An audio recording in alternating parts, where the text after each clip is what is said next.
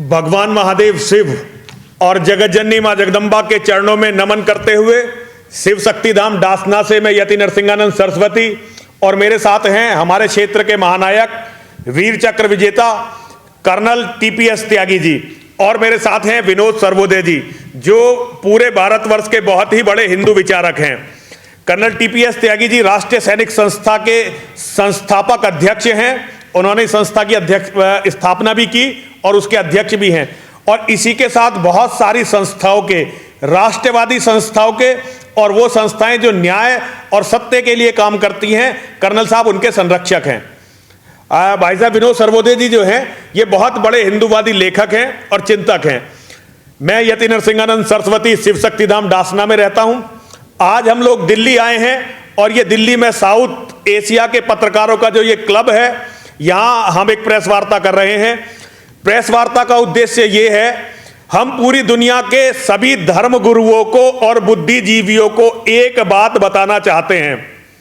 हम ये बताना चाहते हैं कि भारत में जिस तरह से मुसलमानों की जनसंख्या बढ़ रही है, मुस्लिम जनसंख्या, ये तय हो गया है कि केवल 2029 में भारत में मुसलमान प्रधानमंत्री होगा।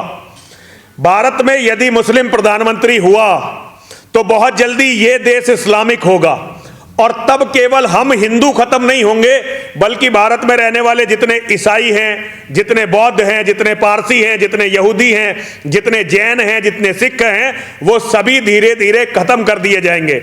और एक सबसे बड़ा खतरा ये है कि इस्लामिक भारत पूरी दुनिया के लिए सबसे बड़ा खतरा होगा। यदि भारत इस्लामिक देश बना तो पूरी दुनिया में वो हाहाकार मचेगा जिसकी अभी कोई भी धर्मगुरु या बुद्धिजीवी कल्पना भी नहीं कर रहा है। आज दुनिया में इस्लाम के जिहाद के सबसे बड़े केंद्र कहीं सऊदी अरब में नहीं है, कहीं पाकिस्तान में नहीं है, आज भी भारत में देवबंद और बरेली जैसे केंद्र भारत में हैं। अलीगढ़ मुस्लिम यूनिवर्सिटी जैसी यूनिवर्सिटियां भारत में हैं जिन्होंने भारत का पहले बंटवारा करवाया था और अब पूरी दुनिया को विनाश की तरफ ले जा रही हैं। तो हमारे कर्नल साहब के मार्गदर्शन में हम लोगों ने ये तय किया है कि हम लोग एक सर्वधर्म सम्मेलन, पहला इस तरह का सम्मेलन है ये दुनिया के इतिहास में, जहां मुसलमानों को छोड़कर सभी धर्मों के गुरुओं को बुलाया जा रहा है, एक्टिविस्टों को बुलाया जा रहा है और उनको इन दोनों खतरों के बारे में, एक तो भारत का इस्लामीकरण के बारे में, अगर भारत इस्लामीकरण भारत का हुआ तो क्या हो सकता है वो बताने के लिए कि भारत में क्या होगा, और दूसरी बात कि भारत का इस्लामीकरण हुआ, भारत इस्लामिक कंट्री बना तो पूरी दुनिया में क्या होगा ये बताने के लिए, इस पर विचार करने के लिए हम लोगों ने गाजियाबाद जिले के डासना कस्बे के शिव शक्ति धाम में एक सम्मेलन बुलाया है। 2 दिन का वो राष्ट्रीय सर्वधर्म सम्मेलन है। अब उस सम्मेलन की सारी रूपरेखा क्योंकि कर्नल साहब ने तय की है तो अब उसके बारे में कर्नल साहब आपको बताएंगे। स्वामी यति नरसिंहानंद जो सनातन धर्म के एक पुरजोर योद्धा हैं, उनकी आशंका है, उनकी एप्रीहेंशंस बिल्कुल सच है, क्योंकि आगे क्या होगा इसका अंदाज़ा इस बात से लगाया जाता है कि पीछे क्या हुआ है। मोहम्मद बिन कासिम, बाबर, गौरी, खिलजी, तैमूर लंग, औरंगजेब, इनके ज़माने में क्या हुआ उससे ये अंदाज़ा लगाया जा सकता है कि आगे क्या होगा। और ये आशंका भी ठीक नज़र आती है कि 2029 तक अगर इसी हिसाब से मुस्लिम पॉपुलेशन बढ़ती रही, जिसका आंकड़ा 2011 में सेंसस कमिश्नर ऑफ इंडिया और रजिस्ट्रार जनरल चंद्रमोहन मुन्नी ने छुपा के रखा था 2018 तक, अगर ये बढ़ती रही तो बहुत मुमकिन है कि 2029 में मुस्लिम प्राइम मिनिस्टर बने। और अगर मुस्लिम प्राइम मिनिस्टर बना तो फिर इस देश का इस्लामिक होना करीब करीब तय हो जाएगा। और अगर ये देश इस्लामिक हुआ तो धर्म परिवर्तन, औरतों के साथ बलात्कार, लूट एंड प्लंडर, ये वैसे ही होंगे जैसे हम कहते हैं कि इतिहास की पुनरावृत्ति होगी। अगर ये सब हुआ तो फिर हिंदुस्तान एक 135 करोड़ लोगों का हिंदुस्तान, एक इतनी बड़ी भारी आबादी का हिंदुस्तान, अगर ये इस्लामिक कंट्री हो गया तो इसका असर पूरी दुनिया पर पड़ेगा। आज तक तो छोटी छोटी कंट्री जो है वो इस्लामिक हैं, अगर ये इस्लामिक हो गई और फिर अगर इसको ईमानदारी से कुरान को पढ़ें तो कुरान की 6,666 आयतों में से 1,000 से ज़्यादा आयतें ऐसी हैं जिसमें ये कहा जाता है कि इस्लाम के अलावा दूसरा कोई धर्म नहीं है। मेरी बात पे गौर करें, इस्लाम के अलावा दूसरा कोई धर्म नहीं है, ये कुरान में लिखा है। और कुरान में ये भी लिखा है उन्हीं आयतों में जिनका जिक्र मैंने आज की प्रेस रिलीज में किया भी है कि जो अल्लाह को नहीं मानता या अल्लाह के पैगंबरों को नहीं मानता, यानी कि अल्लाह के मानने वालों को नहीं मानता, वो काफिर है। और काफिर का कत्ल करना जायज़ है और काफिर को तड़पा तड़पा कर मारना जायज़ है, उसके सामान को लूटना जायज़ है, उसके लिए केवल जहन्नुम ही जगह है। जहाँ इस किस्म की धर्म में बातें लिखी हो, क्या हम उसे धर्म मान लें? यही है जिसे हम इस्लामिक जिहाद कहते हैं। कुछ लोग इसे पता नहीं क्यों डर के रेडिकल इस्लामिक जिहाद कहते हैं। प्रतीत ये होता है कि ये इस्लाम ही अपने आप में एक जिहाद है और दिखाने के लिए बोलते हैं कि ये तो शांति का, मोहब्बत का पैगाम है। ऐसा नहीं है। खैर, जो भी कुछ है, अब ये सब तो है, किया जाए सनातन धर्म को बचाने के लिए, हिंदुओं को बचाने के लिए। आज तक दुनिया में एक भी ऐसी जगह नहीं है जिसे हम कह सकें कि हाँ ये हमारा मुख्यालय है। उस मुख्यालय की नींव यानी कि संसद पार्लियामेंट का शिलान्यास 20 फरवरी को प्रातः 10 बजे जगत गुरु शंकराचार्य नरेंद्र नंद जी पीठाधीश्वर सुमेरु काशू पीठ के हाथों से और स्वामी यति नरसिंहानंद जी के हाथों से डासना धाम मंदिर में किया जाएगा। दूसरा, इस सर्वधर्म अधिवेशन में पूरे हिंदुस्तान के लोगों को इंक्लूडिंग कन्याकुमारी बुलाया गया है और उन सब की तरफ से ये आवाज़ दी जाएगी कि हिंदू हो या सिख हो या जैन हो या बुद्ध हो या पारसी हो या किसी भी धर्म के हो, यदि इस्लामीकरण हिंदुस्तान का होता है तो उसका असर सबके ऊपर बराबर पड़ेगा। लिहाजा अब इसमें जो पोप बैठे हैं क्रिश्चियंस के इटली में, उनको भी इसमें आना पड़ेगा और जो और धर्मों के धर्मगुरु हैं उनको भी इसमें आना पड़ेगा। और ये पहली बार किसी संसद के बनाने का, सनातन संसद के बनाने का डिसीजन लिया गया है ताकि सभी हिंदू संगठन, सनातन संगठन जो हिंदुस्तान या हिंदुस्तान के बाहर हैं, उन सबको एक स्रोत मिले जहां से ये कार्यक्रम प्रारंभ होगा। और मैं समझता हूं कि दासना धाम मंदिर ही हिंदुओं का सबसे बड़ा स्थल होगा। कोई प्रश्न पूछिए। जो इस्लामिक जो जिस तरीके से पूरे विश्व में पनप रहा है, इसको कैसे कंट्रोल किया जा सकता है? इस्लामिक को कंट्रोल करने के लिए इस्लाम की बुराई करने से काम नहीं चलेगा, एक्शन लेने पड़ेंगे। और एक्शन लेने पड़ेंगे। कुछ चीज़ें हर जगह अच्छी भी होती हैं, बुरी भी होती हैं। मुझे इस्लाम में बहुत अच्छा लगता है कि 5 नमाज हैं, 5 बार आदमी पूरे डिसिप्लिन के साथ, पूरी पंक्चुअलिटी के साथ उस काम को करता है। सनातन धर्म में ऐसा नहीं है, लेकिन किया जा सकता है।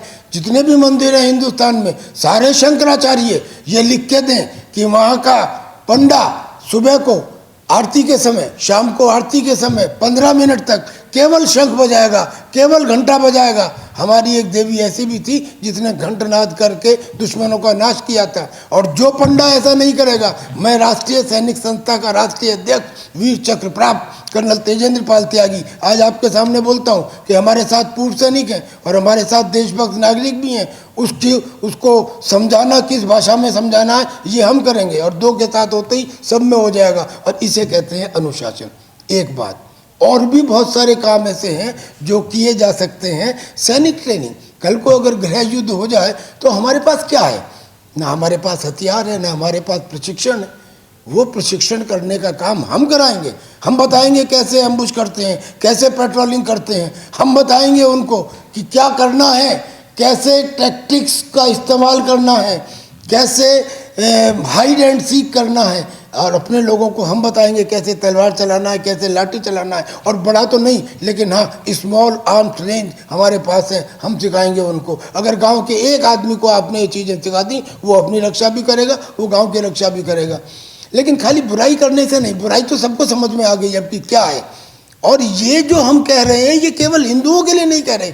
मजे की बात ये है, आज तो हम सनातन धर्म की तरफ से बैठे हैं, सर जो भी है, जो भी इस्लामिक नहीं है, ये उसके लिए है। ये खतरा अगर कोई इसको नहीं देख पा रहा, नहीं पहचान पा रहा, तो मैं समझता हूँ कि वो उस कबूतर की तरह है जो बिल्ली को देख के आंख बंद कर ले। तो कर्नल साहब, कैसे उन लोगों से कैसे बचा जाएगा जो अभी राम मंदिर के लिए जो अनुदान पैसे का इकट्ठा हो रहा है, अपने ही धर्म के लोग कह रहे हैं कि ये तो पैसा जो इकट्ठा हो रहा है ये शराब में लगा देते हैं, ऐसे लोगों से कैसे बचा जाएगा? ये तो एक इस्लाम की बात हो गई कि उससे धर्म को अपनी सुरक्षा करनी है, और जब अपने ही लोग इस तरह की बातें करेंगे तो कैसे बचा जाएगा? जिसका जहाँ पता लगेगा उसके खिलाफ एक्शन होगा। अब हम तो कोई ज्योतिषी है नहीं कि हमको पता लग जाए किसने क्या किया, लेकिन चीज़ें छुपती भी नहीं है, सामने आएंगी। और सामने आएंगे और जब हमारे स्क्वाड बनेंगे, और हम भी बिल्कुल सूत साथ के ऐसे लोगों को तैयार करेंगे कि जो बिल्कुल ईमानदार हों, सच्चे हों, अनुशासित हों, प्रशिक्षित हों और कर्तव्यनिष्ठ हों, और ऐसे लोगों की हम तैयारी करेंगे। वो सब जगह ना व्यापक कर पाएँ, ये चीज़ें प्रतीकात्मक होती हैं, प्रतीकात्मक स्तर पर ये काम किया जाएगा। अगर वो हमारे से बीच का ये तो ब्लैक शिप कहाँ नहीं होती, उन ब्लैक शिप को निकालने के रास्ते होते हैं, फिल्ट्रेशन के रास्ते होते हैं, वो किए जाएंगे। लेकिन ये काम होगा तभी जब ऑनेस्टली कोई इस काम को करेगा। और ऑनेस्टली कौन कर सकता है? या तो स्वामी कर सकता है या सैनिक कर सकता है। और सैनिक के ऊपर यकीन क्यों करना चाहिए? मैं कह रहा हूँ, पहली बात तो ये कि मैं वीर चक्र प्राप्त हूँ, यानी कि मैं उधार की ज़िंदगी में हूँ। ये वीर चक्र ज़्यादातर मरणोपरांत मिलता है, तो 4, 10, 20 बच्चे होंगे, उनमें से एक मैं हूँ। तो मेरी तो उधार की ज़िंदगी पहले ही, मुझे उसकी परवाह नहीं है, मुझे कुछ चाहिए भी नहीं। स्वामी यति नरसिंहानंद जी को पिछले 20 साल से मैं नहीं, पूरा हिंदुस्तान देख रहा है। इस व्यक्ति ने अपनी जवानी लगा दी उस काम के लिए, तभी तो हम इनके साथ आए। We have seen him, we have realised him. हमने इनको तपा है, जपा है, इनको अच्छी तरह से देख लिया है। व्हेन वी हैव रियलाइज्ड कि yes he is above board, his integrity can not be question, he is a man who do not believe in under table things, then the people are joining him, and so I have joined him. And sky is the limit. We can find out thousands other ways of doing the things. For example, from 1st April 2021, we are going to start a elementary scenic training. This elementary scenic training will now be extended to schools. This elementary scenic training will include the training not only on ambush and patrolling and physical drill, but it will also include personality development. It will also include section 51A of the Constitution of India, where the duties are given. And the duties will be told to the students and they will convey it to others. And this will also include a little fighting with rod and with sword. And sometimes with small arms also. तो sir कैसे देख रहे हैं कि जो अभी आपका अधिवेशन होगा 2 दिन का, तो इसमें कितने ज्यादा से ज्यादा सैनिकों को बुलाया जाए और कितने लोगों को आह्वान है कि जो फिर उस एक संगठन बना करके उन लोगों को प्रशिक्षण कराएंगे? Now I am giving you an invitation for 20th and 21st February. In this invitation, 32 names are mentioned in part 1, and those names and photos are given here. You can see Shri Guru Pavan Sinha, Acharya Lokesh Muni, they are the name. You can see now in the Jain community there is nobody who is bigger or higher or taller than Acharya Lokesh Muni. Pavan Sinha ji, you know. Now Sardar Satram Singh, Sardar Delhi Gurdwara ke Chandok Sahab. Similarly Buddhist, Lama. Christians में there are many fathers whom you call reverends. They all are there, sir. And these are the people. They are in first wave. 32 are there. This invitation is with you. They will come, and then more will come. But basically, it will be religious leaders oriented, not Sainik oriented. Sainik oriented is a part of it. We are a part of the training which we have to impart to the raw youth.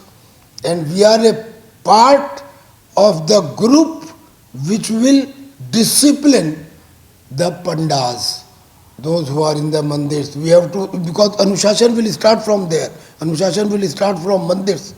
Mandirs are there in every town, every village, every city. If they are disciplined, then the Hindu community will come together. The basic problem was this only, that we are fragmented, we are not united. We will be now. तो जैसे कि अभी आपकी ये जो पहल है, एक कह सकते हैं कि जो दासना का मंदिर है महाराज जी के, यहाँ से नींव रखी जाएगी, तो जितने भी धर्म गुरु हैं वो जिस तरीके से आपने आवाज उठाई है, वो भी आपकी आवाज में आवाज मिला करके पूरे देशव्यापी आंदोलन बनेगा। इतने लोगों ने तो मिला दी आवाज, जिनके मैं नाम आपको दे दूंगा अभी, और बाकी लोग मिलेंगे और नहीं मिलेंगे तो मिलवाएंगे भाई। अल्टीमेटली एक पढ़े लिखे आदमी के लिए it is the logic which matters. I ask a question to you, यहाँ से विवेकानंद जी गए शिकागो में और वहाँ पे सर्वधर्म हुआ, वर्ल्ड पार्लियामेंट ऑफ रिलीजन, क्यों भाई? अगर आप देखें हैं अपने महाभारत के हिसाब से, अगर थोड़ी देर के लिए आप अमेरिका को अर्जुन मान लें, चीन को भीम मान लें, ऑस्ट्रेलिया और यूरोप को नकुल और सहदेव मान लें, तो भी धर्मराज युधिष्ठिर का, सच्चाई का, ईमानदारी का, इंटेग्रिटी का रोल तो केवल धर्मराज युधिष्ठिर यानी कि भारत ही कर सकता है। तो वो वर्ल्ड पार्लियामेंट ऑफ रिलीजन बजाय शिकागो के हिंदुस्तान में बननी चाहिए थी, सबसे बड़ी डेमोक्रेसी। और दूसरी बात, वसुधैव कुटुंबकम दुनिया में कौन सा देश कहता है? तो जब हम ये कहते हैं तो हमने अगर अपनी ताकत को आज तक नहीं पहचाना तो अब पहचाने, कभी ना कभी तो कोई चीज़ प्रारंभ होनी है। और ये भी कहा जाता है कि जब भी कभी कोई बदलाव आया है तो वो संतों और सैनिकों द्वारा आया है। अगर आप ध्यान करें तो 1857 में स्वामी ब्रजानंद, स्वामी श्रद्धानंद, स्वामी दयानंद, इन्होंने मिलके रानी लक्ष्मीबाई, तात्या टोपे, ज्वाला प्रसाद, नाना साहब, इन्हें बुलाया था और इन्हें 3100 रुपये दिए थे कि चलो आंदोलन करो और अंग्रेजों के खिलाफ लड़ाई लड़ो। यानी कि संत और सैनिक मिले थे। आज हो सकता है कि वो पुनरावृत्ति हो। हम भी तो उसी हाड़ मास के बने हैं जिसके ये संत थे, उसी धरती पे पैदा हुए हैं। लाल किले का अपमान पहले भी हुआ था, 26 जनवरी को हुआ। लाल किले का अपमान 1946 में तब हुआ था जब आज़ाद हिंद फौज के major general Shahnawaz, colonel Sehgal, colonel Dhillon के ऊपर मुकदमा चलाया गया था। लेकिन जब वो अपमान हुआ तो हिंदुस्तान के लोग सड़कों पे आ गए, उनके खून में उबाल आया, पर्चे बंटवा दिए गए कि अगर आज़ाद हिंद फौज के एक भी सिपाही का बाल भी बांका किया गया तो कत्लेआम कर दिया जाएगा अंग्रेजों का। और यही हुआ। आप अगर हिस्ट्री पढ़ें तो 18 फरवरी 1946 को मुंबई में तलवार नाम का एक जहाज खड़ा था, वहाँ के नौसैनिकों ने विद्रोह किया। 3 घंटे की लड़ाई में करीब 760 अंग्रेजों को कत्ल कर दिया गया। उन दिनों में जनरल ऑचिन लैक यहाँ के कमांडर थे। वो कमांडर ने एक टेलीग्राम ब्रिटिश पार्लियामेंट को दिया, now we are left with only 2 alternatives, either we leave India or we are thrown out of India. This is how British Parliament gave a telegram. Everything can be substantiated on the internet that before June 1948 leave India. Tell me every word, every sentence. I am an army officer, I will not speak a word in the air unless it can be substantiated. So what I have said हुआ, उस अपमान के बाद देश को आज़ादी मिली। और अब इस अपमान के बाद टुकड़े टुकड़े गैंग से आज़ादी मिलने का हमारा लक्ष्य है। ये जो अब अपमान हुआ है, इसके बाद में इस टुकड़े टुकड़े गैंग से परमानेंट और स्थायी आज़ादी मिलनी चाहिए। ये सरकार की कमजोरी है, कमाल की बात है। हम एक फौजी हैं, हम अपनी जान देते हैं किसके लिए? ऐसे लोगों के लिए जो ये कहें कि पीओके आपके बाप का नहीं है, ऐसे लोगों के लिए जो हमारे चीफ को कहें कि आप सड़क का गुंडा हैं, ऐसे लोगों के लिए जो देश विरोध काम करें। हम हमारा किसी पॉलिटिकल पार्टी से मतलब नहीं है, लेकिन अगर कल को कोई पॉलिटिकल पार्टी ऐसे काम करने लगी जो देश के विरोध है तो क्या हम चुपचाप रहेंगे? क्या हमने बलिदान इसलिए दिया था? और जब भी कभी कोई आपदा आती है, आप गौर करिए, 135 करोड़ के हिंदुस्तान में केवल 13 लाख की फौज वो सरहद के ऊपर रक्षा भी करे और उसके बाद में कोई आपदा आए तो उसे भी संभाले। क्यों? उस 13 लाख की फौज में कुछ खासियत होगी, और वो जो खासियत है वही है कर्तव्य निष्ठा, ईमानदारी, अनुशासन, प्रशिक्षण। और आज ये टुकड़े टुकड़े गेम भी एक आपदा बन चुका है। और इसके लिए भी हो सकता है कि पूर्व सैनिकों को आगे आना पड़े, और पूर्व सैनिक बगैर संतों के आशीर्वाद के आगे बढ़ते नहीं है। इसलिए यति नरसिंहानंद जी हमारे साथ हैं। सर, जैसा कि आपने कहा कि सैनिक हैं जो गुरुओं के मार्गदर्शन में आगे बढ़ते हैं, कहीं ना कहीं जो अपमान हुआ है और जो सरदार है और उनकी पगड़ी का कहीं ना कहीं अब सबके घेरे में देखना शुरू कर दिया है लोगों ने। कह रहे हैं कि पंजाब से एक भीड़ आती है और तिरंगा फहरा देती है। खालिस्तान का जो एक संकल्प लिया था 2.5 लाख इतने पैसे देंगे, तो वही काम उन्होंने कर दिया। देश का गौरव जो स्वाभिमान से लहराता था उसको डाउन कर दिया। बिल्कुल सही कह रहे हैं आप, लेकिन इन चीज़ों की अभी I am not a competent person to say so, लेकिन मैं एक बात पूछता हूँ। हमारे यहाँ एक है रिसर्च एंड एनालिसिस विंग, जिसे रॉ कहते हैं। रॉ के लोग बोस्ट करते हैं कि हम दुश्मन की एक्टिविटी के साथ साथ हम में ये कैपेबिलिटी है कि हम दुश्मन के दिमाग में क्या चल रहा है वो भी जान लेते हैं। अब उस दुश्मन के दिमाग में क्या चल रहा है, क्या वो कारगिल में जान पाए, क्या वो गलवान में जान पाए, मैं आपके सामने कह रहा हूँ, तो क्या वो यहाँ जान पाए लाल किला में। लिहाजा एक बात क्लियर होती है कि जब एक बात एक बार से ज़्यादा रिपीट हो, इट मीन्स कि जो कुछ उनकी बोस्टिंग है वो गलत है। इट मीन्स कि हमारी intelligence agencies they need to be pulled up, they need to be pulled up. They are no they have not done their job. Otherwise how it is possible that on a Red Fort such a thing happens. अब इसमें क्या षड्यंत्र है ये हम नहीं जानते, पर उनकी जिम्मेदारी है वो बताएं। Word by word, line by line सबके सामने क्लियर होना चाहिए, लॉजिकल होना चाहिए, गले के नीचे उतरना चाहिए, तब मानेंगे। सर मेरा मैन मुद्दे पे एक सवाल होगा कि जैसे कि पूर्व सैनिक है, ट्रेनिंग भी दिलाएंगे, क्या जैसे आजाद भगत सिंह ने एक फौज बनाई थी, तो क्या लग रहा है कि जो आपका संगठन है उसी हिसाब से एक फौज बनाएगा अपने धर्म प्रचार के लिए और धर्म की रक्षा के लिए? यकीनन यकीनन। गुड मॉर्निंग, नमस्ते, आदाब, सत श्री अकाल, अवकाश, बड़ी शिद्दत के साथ आपसी अभिवादन में जहाँ मिले जय हिंद बोलें और जय हिंद बुलवाएं। सार्वजनिक स्थान के ऊपर जय हिंद बोलना अनिवार्य किया जाए, होना चाहिए। सरकार सेना करे करे ना करे, हम करेंगे, आवाम करेगा, पूर्व सैनिक करेंगे। और उसी जो जय हिंद को एक नारा भी है, यानी कि किसी चीज़ पे अगर 10 आदमी मिलके एक काम करते हैं तो हार्मनी और कंसंट्रेशन उसे ही तो कहते हैं। तो बस वो हम करेंगे और ये हमने किया भी है। आज मैं आपके सामने जो बात बता रहा हूँ, I am a very small representative of the Indian army, but after retirement I spoke to chief of the army staff general. अभी हमारे यहाँ क्या था कि हम अंग्रेज़ों की विरासत हैं, तो हमारे यहाँ इंग्लिश में ही बोलते थे, हिंदी में तो बोलने का सवाल ही नहीं। ऑफिसर्स आपस में और दूसरे जो जवानों के साथ हैं वहाँ अलबत्ता हिंदी में बोल लें। तो वहाँ पे गुड मॉर्निंग या उनके अपने अपने जो रेजिमेंट के हैं, जय दुर्गे या जय भीम या जय हनुमान वगैरह वगैरह होता था। एक नहीं थी कोई बात। हमने ये लड़ाई लड़ी 6 साल तक। 2013 में chief of the army staff, उन दिनों में जनरल जे सिंह थे, उन्हें मजबूरन हमारी बात माननी पड़ी और उन्होंने लिखा that all ranks mean from सिपाही to general, all ranks in mutual felicitations will say जय हिंद। And when they said, then Navy also said, then Air Force also said. So now in entire military, Jai Hind has become a norm. If you do not say so, you can be, it is a cognizable offense, you can be charged under Army Act Section 63, Good Order and Military Discipline. Sir मेरा आपसे आखिरी सवाल होगा कि जैसे कि आप सैनिक हैं और जो गांव की रीढ़ की हड्डी है, जो युवा है, वो सेना में भर्ती होना चाहता है, तो ऐसे लोगों, ऐसे युवाओं को कैसे प्रेरित किया जाएगा, क्योंकि आप सैनिक हैं और वो आपके संगठन से भी जुड़े और जब कामयाब हो तो सेना में भी जाकर योगदान दें? देखिए, आज जब आपके सामने आए हैं तो आज यति नरसिंहानंद जी ने एक बहुत अच्छा बड़ा होमवर्क करके रखा है, इन्होंने भी। और ये जो विनोद सर्वोदय जी बैठे हैं, there are few people who remain behind the scene. एक फर्स्ट क्लास बिल्डिंग तैयार कर ली गई है, उसमें सिर्फ एक स्मॉल आर्म्स रेंज बनाना है निशाने के लिए। उसके अलावा वहाँ पे बड़े बड़े हॉल तैयार कर लिए गए हैं जिसमें ट्रेनिंग प्रारंभ होगी। आज ही ये तय हुआ है कि उसमें किन लोगों को रखा जाएगा जो एम्बुश पेट्रोलिंग वगैरह वगैरह की ट्रेनिंग देंगे लोगों को, और कौन कौन से प्रोफेसर आएंगे, क्योंकि ट्रेनिंग केवल फिजिकल नहीं है, मेंटल भी ट्रेनिंग है। उनको समझाना है कि भाई जो तुमको पढ़ाया गया स्वतंत्रता संग्राम सब गलत था, साला झूठ था।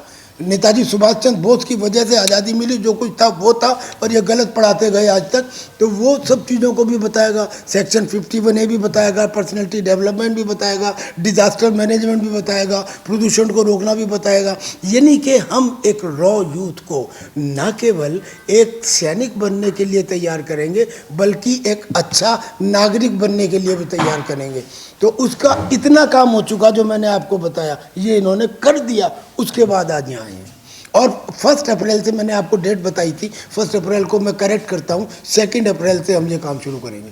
तो क्या सर जो लोग ट्रेनिंग होंगे, जैसे न्यू कमर्स आपसे जुड़ते हैं, युवा हैं, तो आपके यहाँ प्रशिक्षण लेकर के सेना के लिए भी जा सकते हैं? जा सकते हैं सर, ये अभी तो नहीं है, लेकिन जब आदमी की ईमानदारी देखी जाती है तो फिर वो बात मान ली जाती है। अभी तो मैं ये नहीं कह सकता कि हमारे यहाँ से जो ट्रेन हुए उनको सेना में एक्सेप्ट कर लेंगे, क्योंकि वहाँ ऐसा कोई रूल नहीं है। But once they will say that yes, anyone trained from this organisation meets the minimum basic requirement of recruitment, then it can take place. लेकिन सबसे बड़ी बात यह है कि हम 15 दिन, हमारा कोर्स 15 दिन का चलेगा सर, और 15 दिन में हम 5 मिनट के लिए उसे बाहर नहीं जाने देंगे। उसका अच्छा, उससे कुछ पैसा नहीं लेंगे, उससे कुछ, क्योंकि वो ये स्वामी जी ने पूरा इंतजाम इसका किया है, उसका खाना पीना रहना वहीं 5 बजे से लेकर रात के 10 बजे तक उस पर रगड़ा लगेगा, सुबह से लेकर शाम तक समझ में आ जाएगा उसे ज़िंदगी क्या होती है। और 15 दिन के बाद सूद साथ के जब वो निकलेगा, देन वो और 15 आदमियों को ट्रेन कर पाएगा। ऐसे सर हम ये नहीं कह रहे कि हवा में कह रहे हैं, हमने ऐसे 6 कोर्स ऑलरेडी चला लिए। हमने ऐसे 3 कोर्स चलाए, कारगिल शहीद स्मारक शुक्रताल मुजफ्फरनगर में, 1 कोर्स चलाया नेहरू स्टेडियम जबलपुर में, और 1 कोर्स चलाया भागीरथ पब्लिक स्कूल गाजियाबाद में। 6 कोर्सेज, उन 6 कोर्सेज का कन्वीनर मैं रहा हूँ स्वयं, और हमने ये कोर्स चलाए हैं। It means we have already made a start. Government did not give us support, but we are not bothered now. Government के ऊपर सपोर्ट पे हमें यकीन नहीं, शिकायत करने में हम यकीन नहीं रखते, क्योंकि शिकायत तो कमज़ोर आदमी करता है। हम शिकायत नहीं करते, हम किसी की बुराई भी नहीं करते। अब हम मुसलमानों की बुराई छोड़ दी हमने। हम क्या कर रहे हैं, हमें क्या करना है, अब हम ये करेंगे, और वो करना क्यों जरूरी है आपको बताया सर। एक समय होगा कि जैसे कि ये संगठन जब पूरे व्यापक रूप से पूरे इंडिया में जब जाना जाएगा, तो वहां पर उस समय 4 से 6 लाख लोग आपसे जुड़ जाएंगे, तो उस समय कहीं ना कहीं फंड की भी जरूरत होगी। तो वो फंड का व्यवस्था क्या सरकार से donation? No sir, no, nothing from सरकार सर। वॉलंटरीली एक यकीन होता है कि अगर आप अच्छा काम कर रहे हैं तो 2 दिन 4 दिन 10 दिन 2 महीने 1 साल, उसके बाद में लोग अपने आप आते हैं, मिलते हैं। इनको 20 साल काम करते हुए लोगों ने देखा है। Now today they are helping him. मुझे लोगों ने काम करते देखा है, तो मुझे राष्ट्रीय सैनिक संस्था का राष्ट्रीय अध्यक्ष बनाया। मैं आप सबको आज नेशनल वैनगार्ड दूंगा। नेशनल वैनगार्ड किसे कहते हैं? जब एक डिवीज़न लड़ाई में जाती है तो सबसे आगे वाली बटालियन को, जो ट्रूप सबसे सामने रहते हैं लड़ाई में, उसे वैनगार्ड कहते हैं हम। हाँ, यस सर। अब हमने नेशनल वैनगार्ड बनाया। उस नेशनल वैनगार्ड में जनरल्स, एयर मार्शल, एडमिरल्स, उसमें including Rakesh Tikait, institution of engineers के हेड, चार्टर्ड अकाउंटेंट्स के हेड, होम बायर्स के हेड, फ्लैट ओनर फेडरेशन के head, central pollution control board के हेड, यानी कि ऐसे कॉन्स्टिट्यूशनल बॉडीज़ के हेड को मिलाया, उनसे बातचीत की, उन्हें हमारी बात पसंद। आप 2 लाइन आप बताइएगा नेशनल वैनगार्ड के बारे में। तो वो नेशनल वैनगार्ड सर बन गया। ये सब लोग तैयार हैं, काम कर रहे हैं, और इसको हम एक्सपेंड करेंगे तो सब मिल जाएगा। सर कोई पत्थर पहली चोट में नहीं टूटता, लेकिन इतिहास उसे याद रखता है जितने पहली चोट मारी थी।